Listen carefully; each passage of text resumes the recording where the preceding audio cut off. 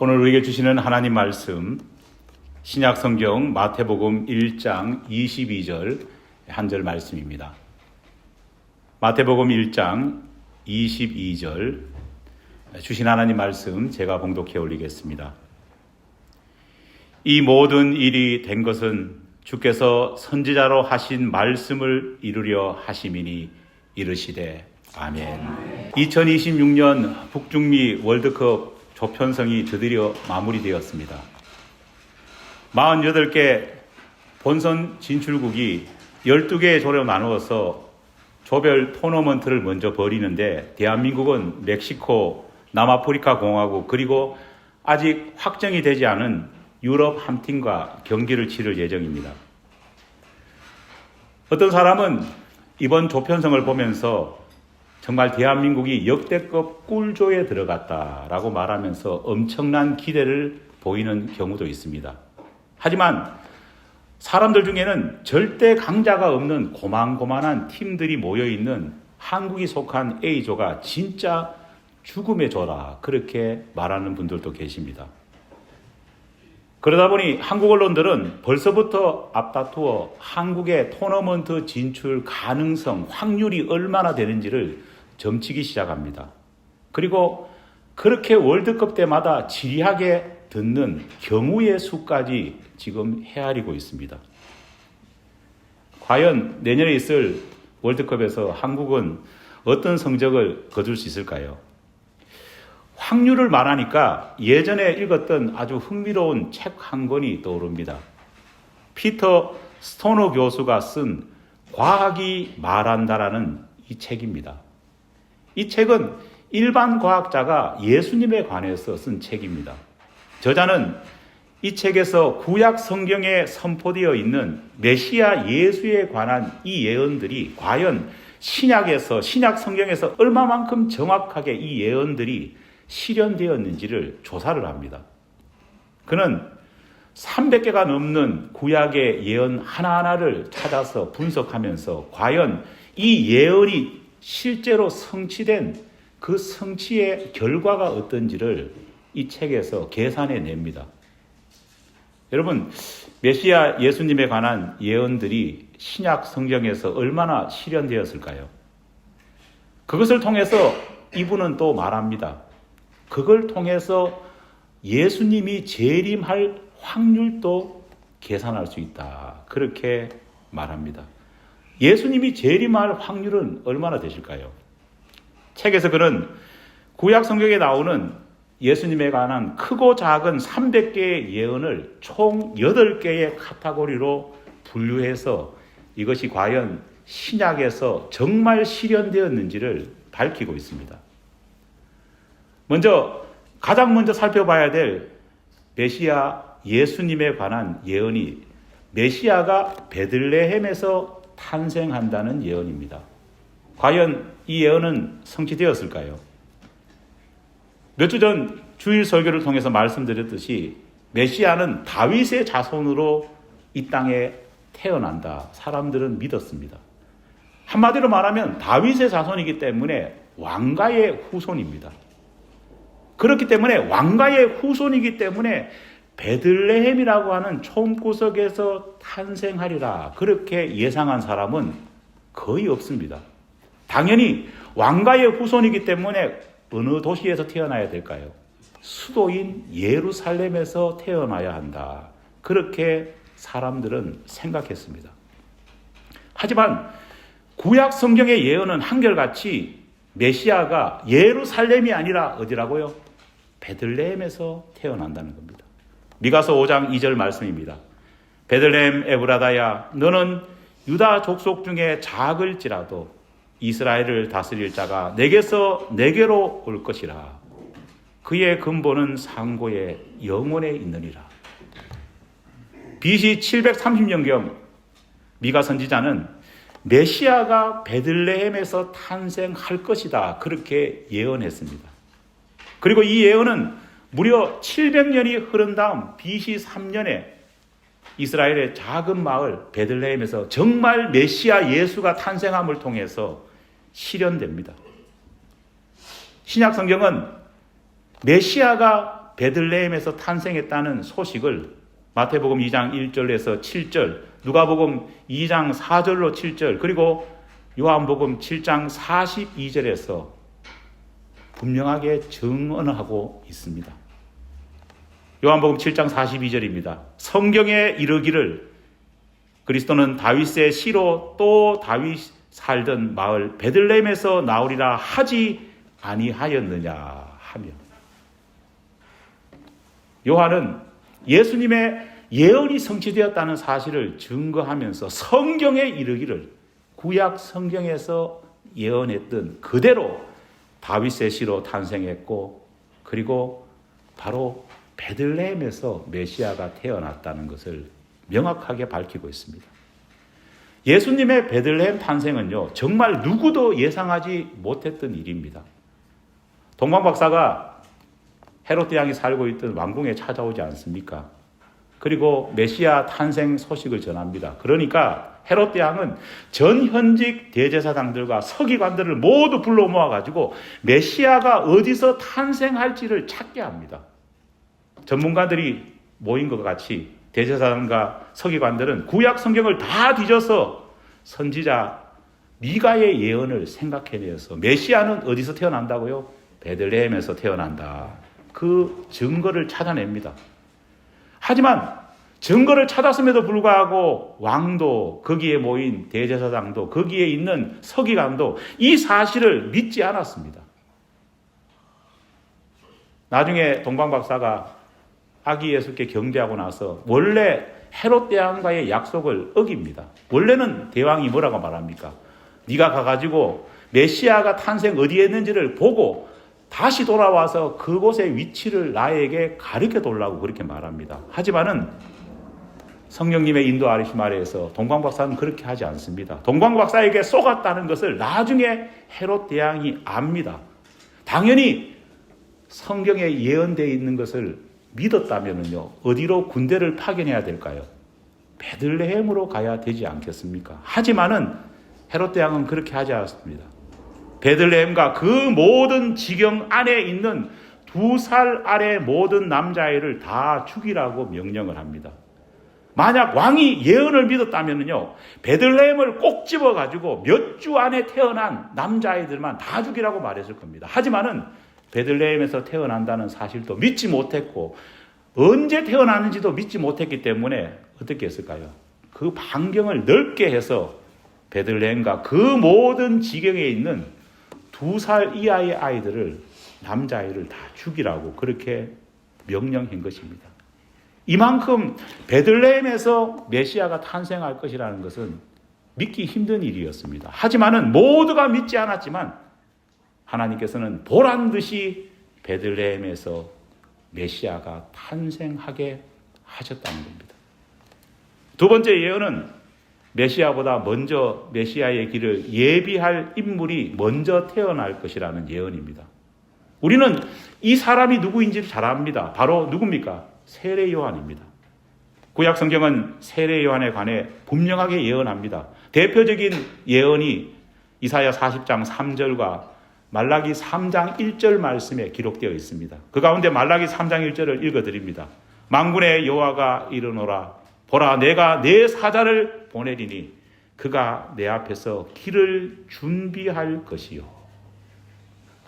이 예언의 성취는 신약성경 마태복음 3장 1절로 3절, 그리고 11장 10절, 누가복음 1장 13절, 17절, 그리고 요한복음 1장 23절에 다양한 곳에서 기록되어 있습니다. 마태복음 3장 3절입니다. 저는 선지자 이사야를 통하여 말씀하신 자라, 일러스되 광야에 외치는 자의 소리가 있어 가로되. 저는 선지자 이사야를 통해 말씀하신 자라. 구약의 예언이 어떻게 됐다고요? 성취되었음을 분명하게 말합니다.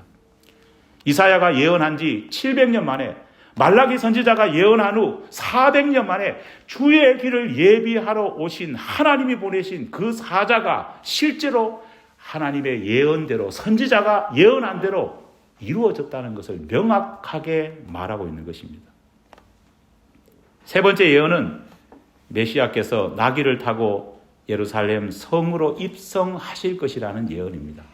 이 예언은 스가랴 9장 9절에 기록되어 있습니다.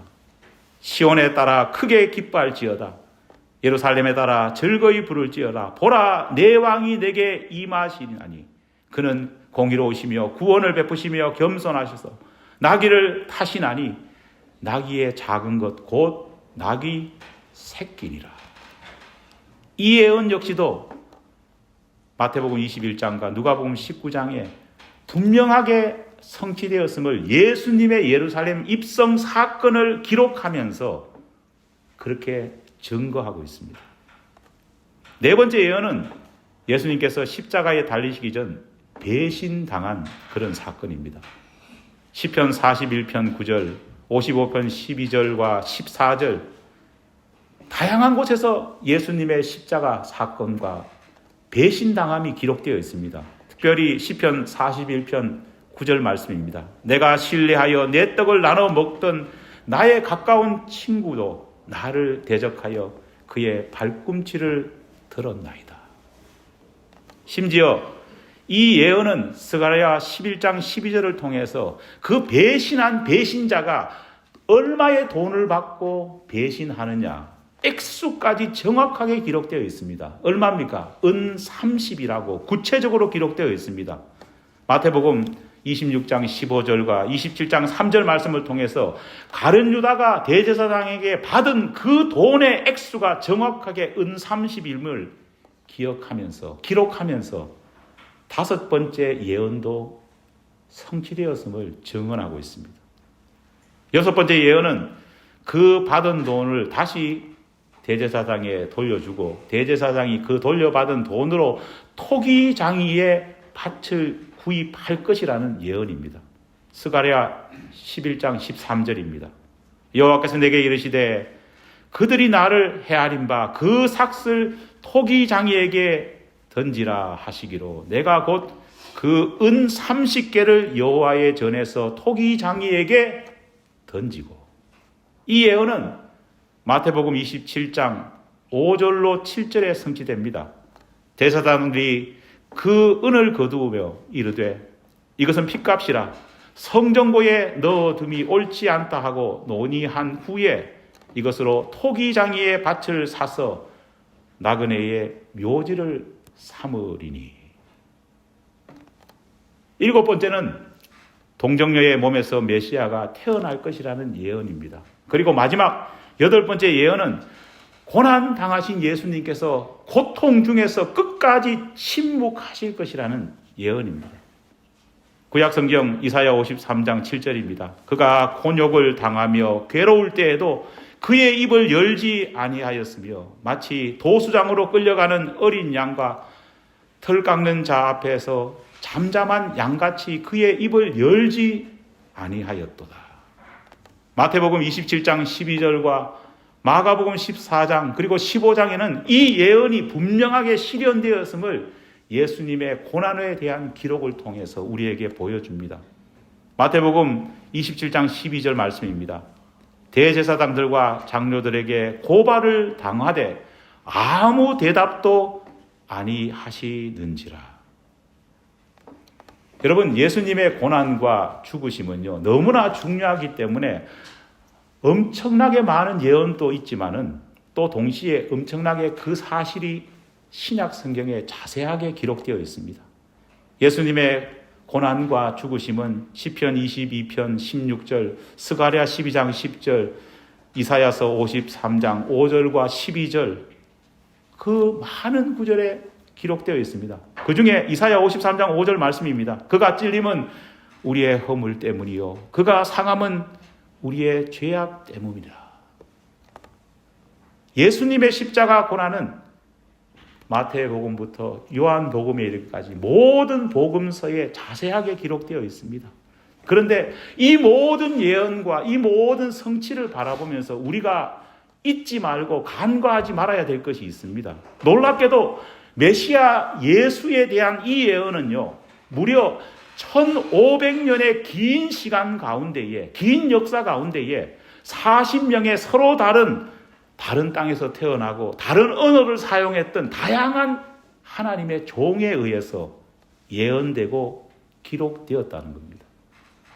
예언이 40명의 예언자들이 한 방에 모여가지고 작전 짜가지고 탁 했다면은요, 서로 말 맞추기가 어떻겠습니까? 쉽잖아요. 그런데 첫 번째 예언한 사람과 마지막 예언한 사람의 간격이 얼마나 되느냐? 1500년입니다. 엄청나지 않습니까? 그리고 예언을 했는 40명이요, 내 형제나 내 자매나 내 가족이나 내 나라 사람이 아닙니다. 전혀 모르는 사람들이고 심지어는요, 언어도 달랐다는 것입니다.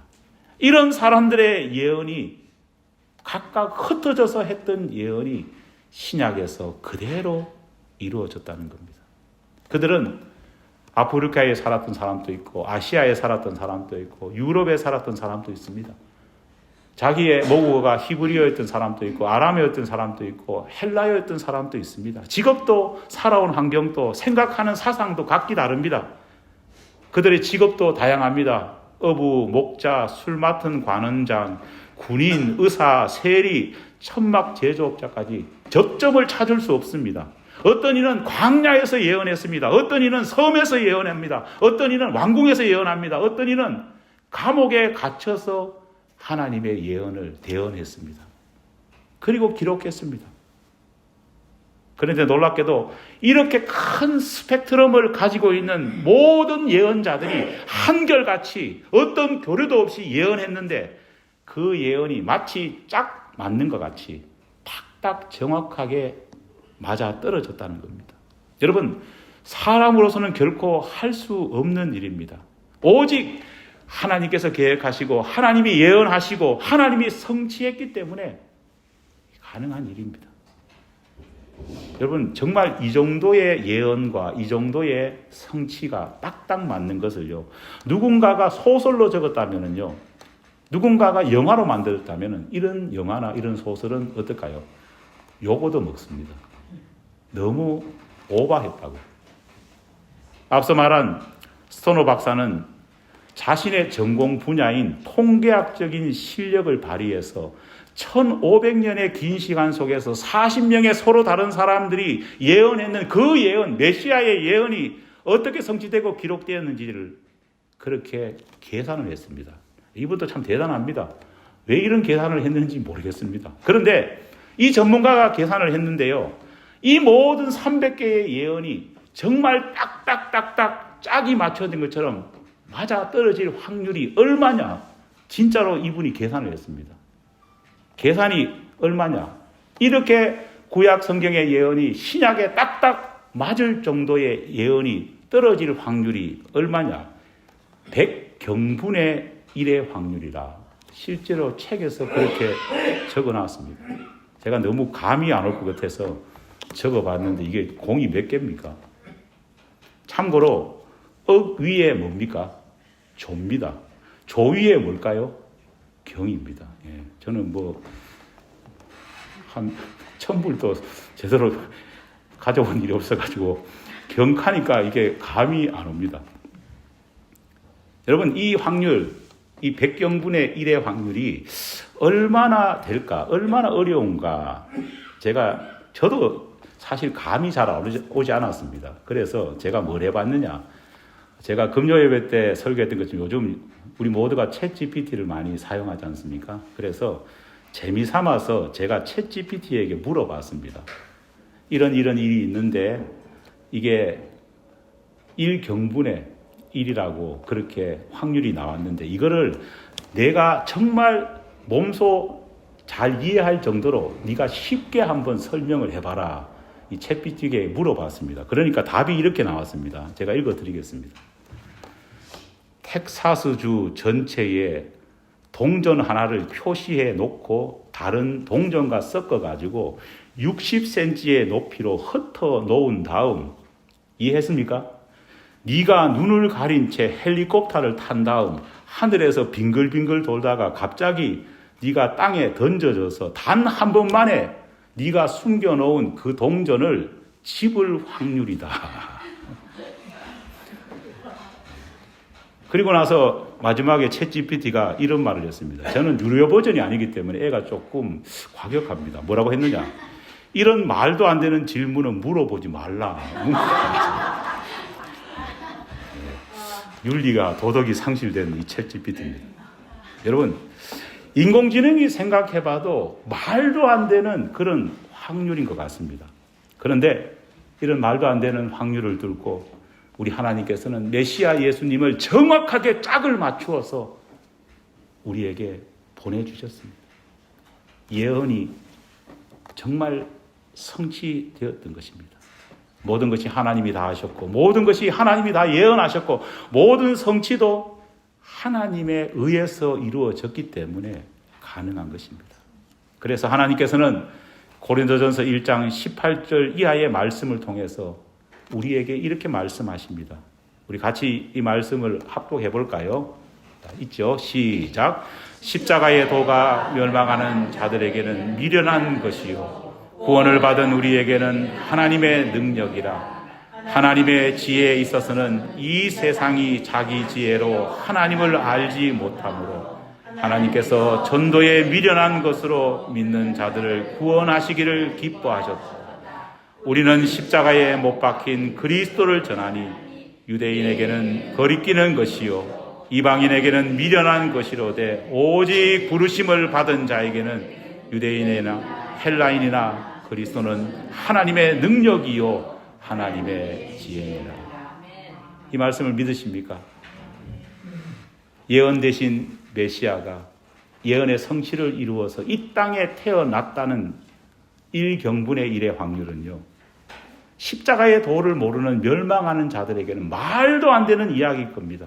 오히려 그런 말도 안 되는 일 때문에 예수를 더 안 믿는 사람까지 있을 겁니다. 하지만은 구원을 얻은 우리에게는, 하나님이 주신 지혜를 가진 우리에게는 이것은 놀라운 은혜요, 놀라운 사실임을 우리는 고백하게 됩니다. 하나님의 세미한 손길, 하나님의 정확한 예언과 성취를 믿으며 이 믿음 안에서 한치의 의심 없이 우리 예수님, 우리를 위해 오신 이 예수님을 영접하는 우리 모두가 되기를 바랍니다. 재림하실 예수님이 다시 오실 확률은 얼마나 될까요? 이분은 말합니다. 1경분의 1도 통과시키신 하나님이 예수님을 재림하시지 않게 하시겠느냐? 오히려 질문합니다. 여러분, 예수님이 재림할 확률을 얼마나 생각하십니까? 저는 100% 확신하다 믿습니다.